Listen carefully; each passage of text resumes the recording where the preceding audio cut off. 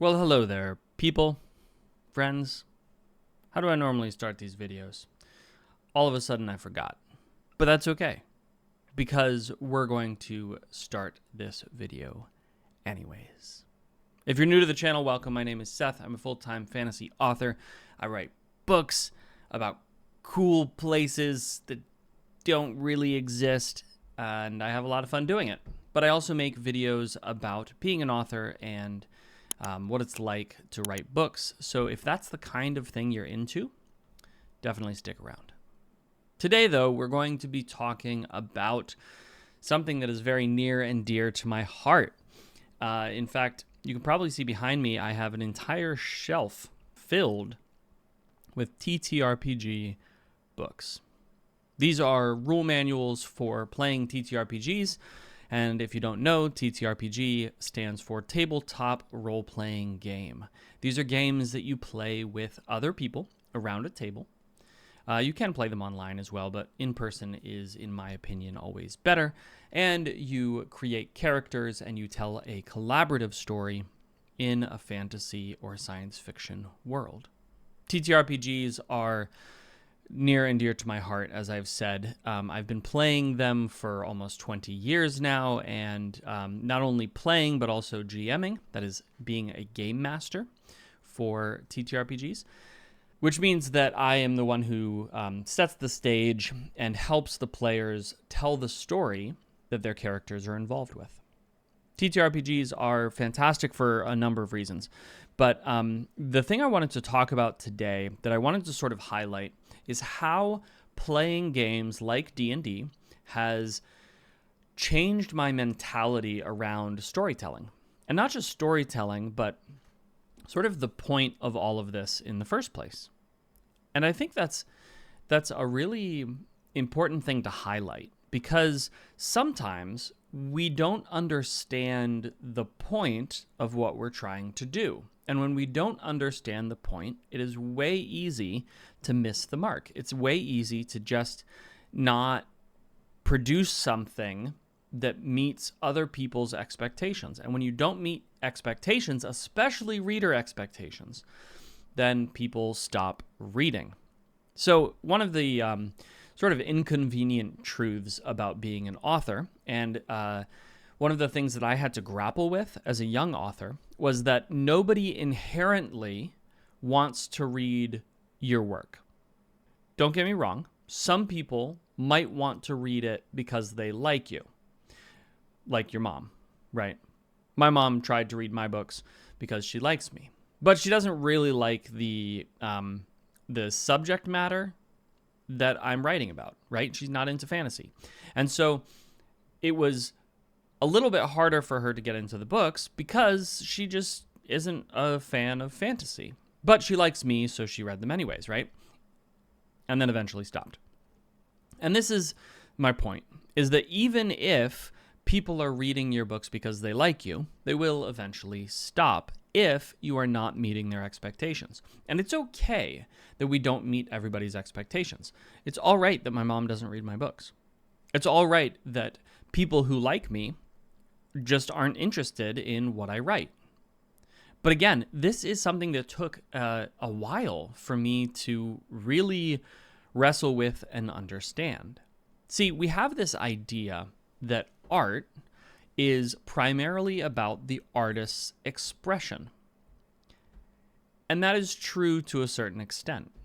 But at the end of the day, and man, I know that I'm going to start a fight with this, but at the end of the day, if nobody else likes or appreciates or is able to resonate with or is able to empathize with your art, then what's the point? You can scream out into the void all you want, but if nobody's there to hear you or to connect with you on an emotional level, then what good does the screaming do? I mean, sure, there's some catharsis in it, but if I wrote books just for myself, if I wrote books for only me, then I wouldn't be a full-time author. I'd be able to do it on the side, or I'd be able to do it while performing another job in order to make a living, but I wouldn't be able to sell enough books to live off of the proceeds. And so there's this delicate dance that everybody who wants to be a full-time author or wants to make money with their books has to engage in, which is that you have to write things that aren't just for you, that are for other people as well, that meet their expectations. And so I want to talk about how GMing, again, being a game master for TTRPGs and being a player for TTRPGs, really helped me wrestle with this idea of what is my art and what is a product that is for other people. And I hope that this can help you as well.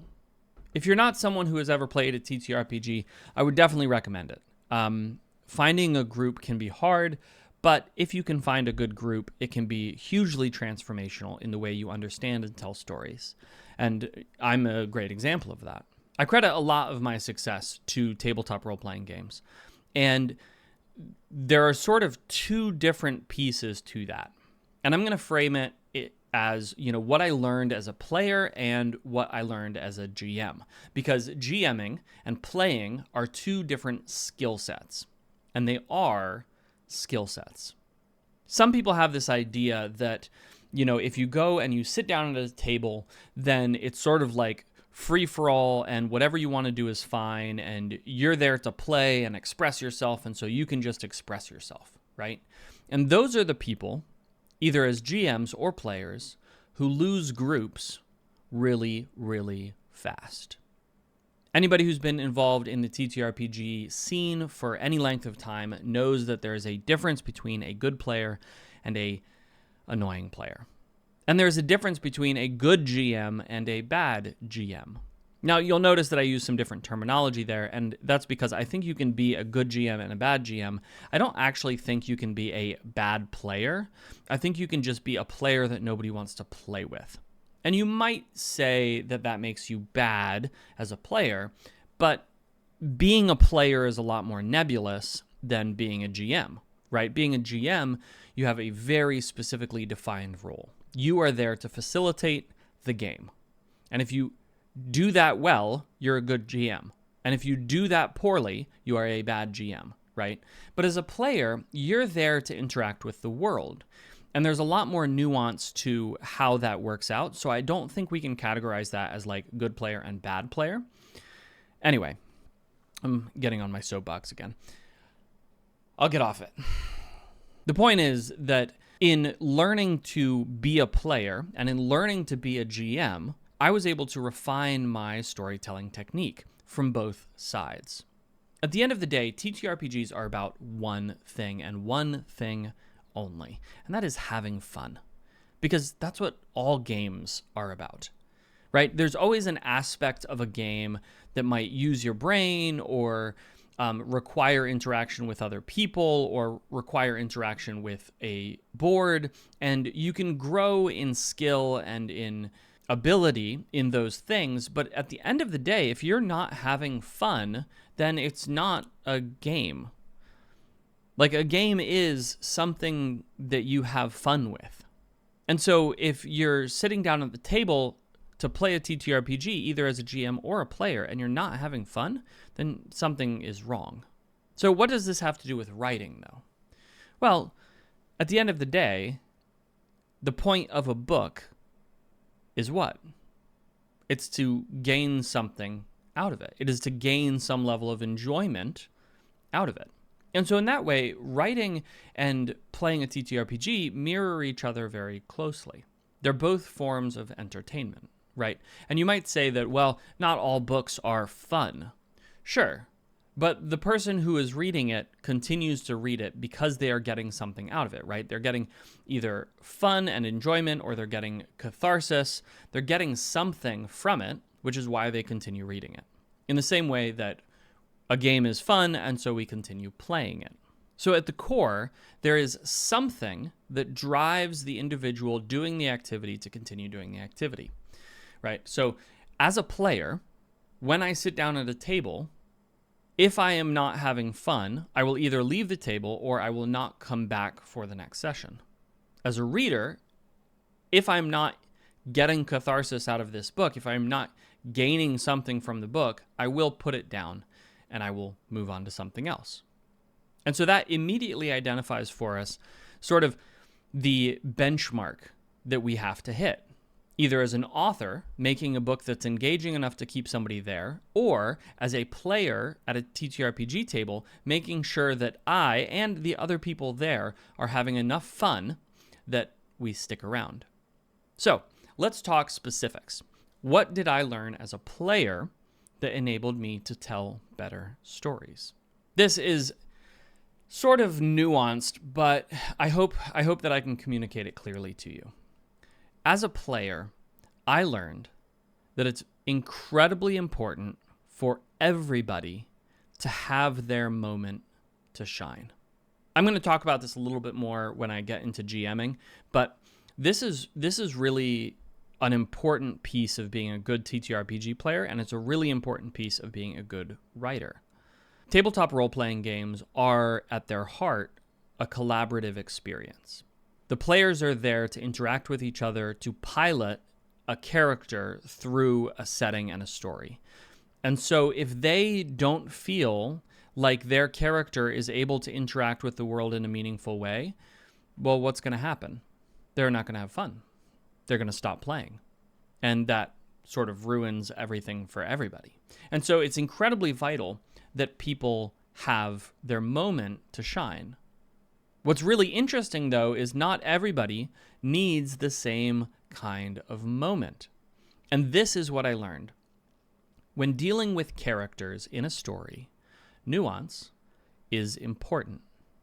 Everyone needs to feel as if they have the space to be themselves, right? Because when you don't have that, you end up with these flat, one-dimensional characters. I've played with people who were content to be relatively obscured. So, for instance, I played TTRPGs for a long time with a good friend of mine who was content to sit there and listen to the story and didn't really need a whole lot of interaction. But every once in a while, every few sessions, he would want to do something really, really cool. And his contribution to our collaborative storytelling effort through this TTRPG was these brief moments of like awesome, where he would just pull something out completely wild and drastically change either the scene or the storyline or the situation. And our GM and the players at the table had to learn how to adjust to that, to let him have that bright moment of glory. And then again, he was just content to sort of sit in silence for multiple sessions after that. I played with another friend who was the exact opposite. He never did anything big and flashy, but he always wanted to be involved. He always wanted to be in the middle of the action. He always wanted to be talking. He always wanted to be interacting. He was always coming up with ideas and wanting to try this and that and the other thing.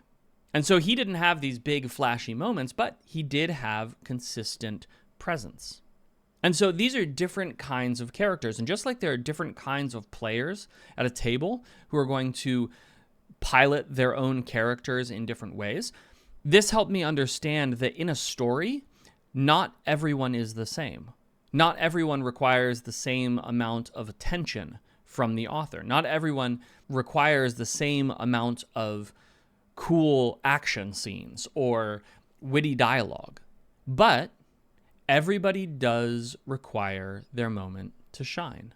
Otherwise, you, again, end up with just these sort of flat characters. And so as a player sitting there and observing how other people operated their characters gave me these really good templates for understanding how characters in my stories should behave. Even the most obscure character wants to feel important. They want to feel like they have agency. They want to feel as if they can move the story forward. And so it's important as an author to give them that opportunity. This might come in the form of, a shopkeeper who only has a couple of lines or maybe is only seen once or twice, doing something interesting. doing something that makes them the hero of their own story. Maybe it's the way they're interacting with somebody who works in their store. Maybe it's the way they're interacting with the main character. But the point is that every character should believe that they are the hero of the story, that this is a story about them, and whoever they're encountering is merely a footnote. Because, again, that's how people operate. And so it's really important as you are telling a story, whether at the TTRPG table or through a novel, that you understand that dynamic and that you give your characters the room to breathe. So that's what I learned as a TTRPG player. Everybody needs their moment to shine. What about as a GM? Because I've GM'd quite a few games in quite a few different systems over a long period of time. Well, before I get into that, I just want to give a shout out to this video's sponsor. That's a joke. This isn't really a sponsored video, but we just launched a Backerkit campaign for a TTRPG module. It's a 5e D&D module for Battle Mage Farmer, Tales of the Ecclesia. This is a multi-session module set in the world of Battle Mage Farmer that allows you to take control of class holders and play a fantastic adventure. It's set in the Valley, so you are going to be able to interact with some of your favorite characters from Battle Mage Farmer. And there's also an additional novella that goes along with it that sort of explains the backstory of some of the characters you get to pilot. Like I said, it's on Backerkit now, and there will be a link in the description below. Thanks for listening to my hashtag ad. Is that how you're supposed to do this? I don't know. Never had a sponsor before. So if you want to sponsor these videos, call me. Anyway, what was I talking about? Oh, GMs. Being a GM, and what did I learn about writing from that experience? Like I said, I've been GMing for quite a while. I've GM'd multiple very long campaigns and had a great time doing it. I also had the benefit of sitting under some fantastic game masters as I was learning to play D&D and all sorts of other TTRPGs. And I learned a huge amount from them. One of them taught me a lesson that I have been able to apply in my writing ever since. And that is that players need to feel as if they are in charge. Players need to feel as if they have agency. So, why is this important? Well, it's because agency is everything in life. The ability to dictate what you do and when you do it is one of the most important psychological anchors for humans ever. If you've ever had a job where you feel like everything is out of your control, you don't get to make the decisions, you just have to sort of do the work, chances are that you've hated it. If you've ever been in a situation where you feel like you should be able to control your environment, but for whatever reason, everything is just spiraling and you have no ability to determine what will happen next, chances are you've hated it. In fact, nobody can live in those conditions. When we don't have a sense of control over our environment, humans very quickly deconstruct. Now, on a much lighter scale, this is what happens when TTRPG tables fall apart. When a GM doesn't give players agency, when they, quote, railroad them into doing exactly what the GM wants because the GM wants to tell a very specific story, players hate it. Those are the tables that players don't come back to. And so if you want to be a good GM, you have to give your players choices. Now, that doesn't necessarily mean that you have to give them absolute choice or absolute freedom to do whatever they want whenever they want. In fact, you shouldn't do that because that's not how the real world works either. I cannot simply walk outside and choose to fly. Now, I can go and buy a plane ticket and get on a plane and fly in that way, right? There is choice, but my choice is constrained by what is possible and what is not possible. And so it's okay to still have those guidelines. What's not okay, though, is forcing players into action, not giving them the possibility of choosing their own outcome. This is one of the reasons that Choose Your Own Adventures were so popular when I was younger. And it also leads to a reason that a lot of people get frustrated with books they read. As an author, it can be exciting to tell the story you want to tell. But the problem is that when you are so focused on telling the story that you want to tell, it can sometimes come through in the way that your characters engage with the world around them. The sense of agency, the feeling of agency, is one of the most important things for a story. And as a writer, I had to learn that if I don't give my characters a feeling of agency, then the reader will be uncomfortable with those characters, will be uncomfortable with the way that the story is progressing. When somebody reads a good book, they're going to mirror the feelings and the emotions of the characters in the book. And if, as an author, I don't give my characters agency, or at least the feeling of it, then that uncomfortable feeling will be reflected in the reader. And if that's the case, then they're not going to continue reading because they want agency. They want the ability to affect the world around them. And readers, especially fantasy readers, are specifically reading for that feeling of being able to engage with this fantasy world. So the question is, as a writer, how do you do that? How do you make your characters have agency? There are a whole lot of writing tricks that you can use to give your characters the feeling of agency, and I'll only mention a couple of them here. The first and most important is that you want your characters to be active instead of reactive. For the entire story, the character is just reacting to everything that's happening around them, it removes that feeling of control. It's okay if at the beginning of the story they're reacting to the situation as everything falls apart around them, but at some point they have to make that active switch from I'm just the punching bag, the person who's suffering as a result of all of these things happening, to I am now going to be the instigator. I'm going to be the person who is active in choosing how this story progresses, right? And so that switch, or that feeling of active choice, is the biggest and most important thing that you can do for your story. Just as a GM, that's exactly how I'm going to give my players the feeling of agency, allowing them to drive the story.